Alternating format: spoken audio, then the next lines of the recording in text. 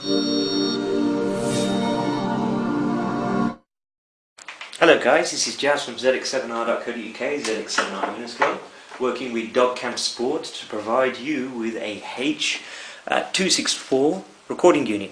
Now, this video we're going to be looking at the setup menu, so I'm just going to put on the unit, make sure it's off, as you can see there, because if I put it on record, it will try to record, even though there's nothing there. Okay, so when you turn it on, this is the screen that comes up. It initializes, runs its program into memory and so forth like that. Now, on this side, it's very simple. It's like that of a mobile phone. Your navigation is very simple. Left, right, that's your execution button, and so forth like that. The center one is your menu. So let's go to the menu. Sorry, not your menu. That's your enter button. That's your menu button there. So if you press your menu, that's it. 3. Very simple. So use your left and right buttons, as you can see. Okay. So I'm going to, well, now I'm pressing them, I was just showing them before. Okay, so let's go to the first one. File, obviously there's not much there, because I haven't even put in a memory card, let alone record it on the unit yet. To go back, use the X button. Video, the recorder unit itself. Here you can preview all your files and all that good stuff. The most important one that you want to take a mental note of is this one here, your setup. It's very simple. General settings, straightforward. This is an important one. Make sure you put this to 30 seconds or 60 seconds or whatever it may be, because if you have this in your pocket and you're recording and the LCD does not turn off, you consume a lot more power than if it was off. So set it to a relevant time which you see fit. Maximum is 90 seconds.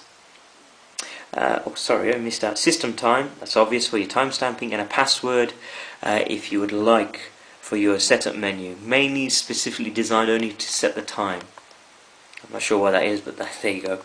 Recording setup, okay, to record or USB.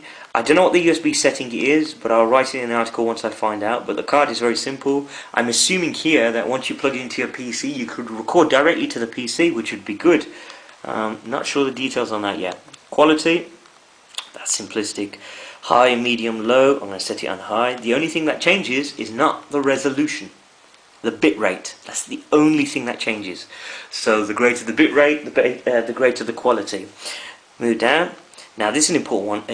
This is an important one. File size. Now what will happen is you've got 50, 200, and 600. So the way it works is that once your video, when recording, has come up to a size of 50 megabytes, it then creates a new file which will be 50 megabytes, it creates another one which will be 50 megabytes, and so forth like that. This is fantastic for video editing, because if you ever try to edit a 1 gig file of video, what a pain in the ass. It absolutely is a pain. You can set it to 200, even 600. Timestamp, loop record, useful feature. It's effectively, if you've got a small card such as 1 gig, and effectively once the 1 gig memory card has filled up, it will start to re-record over the old footage. In other words, when it starts. So if you imagine one footage here, one footage here, one footage here, it will record over the old one, then the next one, until you do something absolutely wonderful on your skiing or skydiving or whatever it may be, so you can stop the unit and then keep that footage in mind. Video settings, very simple. Camera in, AV in. Now remember, this is camera in, and this is AV in. So you can switch between both of them.